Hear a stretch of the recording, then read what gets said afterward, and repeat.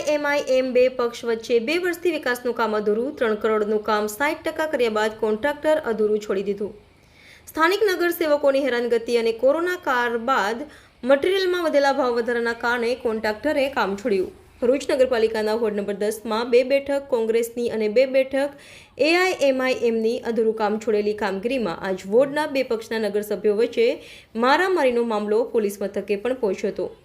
કોંગ્રેસના નગરસેવકે પોતાના મત વિસ્તારમાં આવતો રસ્તો આરસીસી અને બ્લોક બેસાડી કામ કરાવી લીધું અને આઈએમએએમઆઈ નગરસેવકે વિરોધ કરતા કામ છોડી દેવાયું.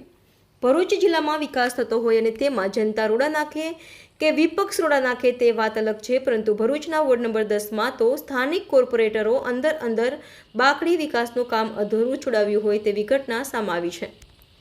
ભરૂચ નગરપાલિકાના પશ્ચિમ વિસ્તારમાં વિકાસના કામો ન થતા હોવાની અનેકવાર બૂમો ઉઠતી હોય છે અને વર્ષો પછી કોંગ્રેસના વિપક્ષના વિરોધ વંટોળ બાદ આખરે વોર્ડ નંબર 10માં ફાટા તળાવ ભક્તેશ્વર મંદિરથી નર્મદા નદી ફોરજા બંદર મંદિર સુધી આરસીસી રસ્તો અને વરસાદી પાણીના કાયમી નિકાલ માટે બ્લોક ગટર માટે 3 કરોડ ગત વર્ષ 2018-19માં મંજૂર કરવામાં આવ્યા હતા અને આ કામ માટે કોન્ટ્રાક્ટરને વર્ક ઓર્ડર તારીખ 15/7/2020ના રોજ આપવામાં આવતા કામગીરીનો પ્રારંભ કરાયો હતો.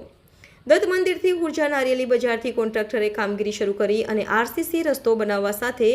ગાંધી બજારમાં બ્લોક ગટર અને આરસીસી રસ્તો બનાવવા અને 1/2 કિલોમીટરનો આરસીસી રસ્તો અને બ્લોક ગટર બન્યા બાદ અન્ય 1/2 કિલોમીટરનો આરસીસી રસ્તો અને બ્લોક ગટર બનાવવાની કામગીરી વેળા